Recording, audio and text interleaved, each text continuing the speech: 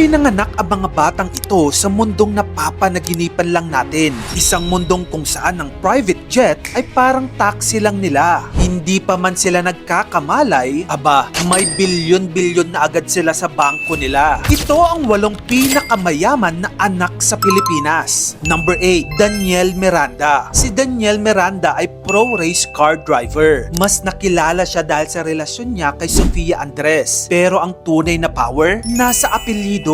Si Daniel kasi ay apo sa tuhod ni Philip Jones Luwilier, founder ng Cebuana Luwilier, ang pinakamalaking pawn shop at remittance chain sa Pilipinas. Mukhang nasa dugo niya ang bilis. Racer din kasi ang kanyang ama noon. Pero imbis na umasa sa family empire, pinili ni Daniel ang sariling lane. Literally, nakipag-compete na siya sa international circuits tulad ng TCR Asia Series. Hindi lang siya apo ng bilyonaryo, may sarili siyang pangalan sa track. Number 7, Nicole Cozon. Siya ay anak ni Teresita C. Cozon, panganay sa mga anak ng SM founder na si Henry C. Ang ibig sabihin, direct line siya sa isa sa pinakamalalaking yaman hindi lang sa Pilipinas kundi sa buong Asia. Nag-aral si Nicole sa Central St. Martins at Royal College of Art sa London. Ngayon, isa siyang UK-based artist na may exhibit sa London, Rome at Manila. Old money ang background niya, pero modern creative identity ang meron siya. Number 6, Dominic Cojuangco Hearn. Apelyidong parang royalty sa Pilipinas. Cojuangco. Si Dominic ay anak ni Gretchen Barreto at Tony Boy Cojuangco. Lumaki siya sa spotlight pero hindi nag-showbiz. Nag-focus siya sa fashion. Nag-aral sa Instituto Marangoni sa London at nagtapos ng magna cum laude sa California. Pinili niyang mag-build ng sariling brand, hindi lang umasa sa family legacy. Number 5, John Paul Ang. Panganay na anak ni Ramon Ang, ang chairman at CEO ng San Miguel Corporation. Ang net worth ng kanyang pamilya nasa $3.75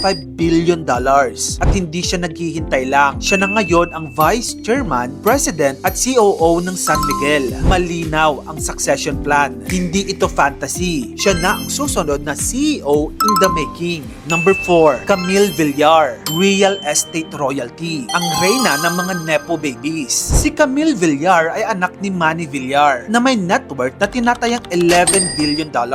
Merong business degree sa Ateneo si Camille. Tapos, nag-MBA din siya sa Barcelona. Ngayon, hindi lang negosyo ang meron siya. Pumasok na rin siya sa politika bilang senador gaya ng kanyang ama, ina at kuya. Lahat sila nakaapak na sa Senado. Number 3, Rocio Zobel. Old money icon. Yan ang pamilya Zobel de Ayala. Kontrolado nila ang Ayala Land, DPI at Globe Telecom. Ang kanilang net worth, tinatayang nasa $3.4 billion. Si Rocio ay modern heiress, style icon at social media personality. Nag-boarding school siya sa London. Tapos umattend din siya ng Parsons School of Design sa New York. At kung bibisitahin mo ang kanyang Instagram, ay talaga mapapasana all ka na lang talaga. Number 2, Katrina Razon. Siya ay anak ni Enrique Razon Jr., isa sa pinakamayayamang tao sa bansa with around $11.5 billion net worth. Pero si Katrina Razon hindi agad pumasok sa kanilang port empire. Pinili niyang maging DJ. Yes, DJ Katsu. Nag-perform na siya sa international clubs at festivals. Proof na kahit anak ng bilyonaryo, pwede kang pumili ng sariling rhythm. Number 1, The C Siblings. Opo, ang nasa numero 1 natin, hindi iisang tao lang, kundi magkakapatid. Ito ang third generation ng C Dynasty. Ang 6 na anak ni Henry C. Sr. ay may collective net worth na halos $11.8 billion.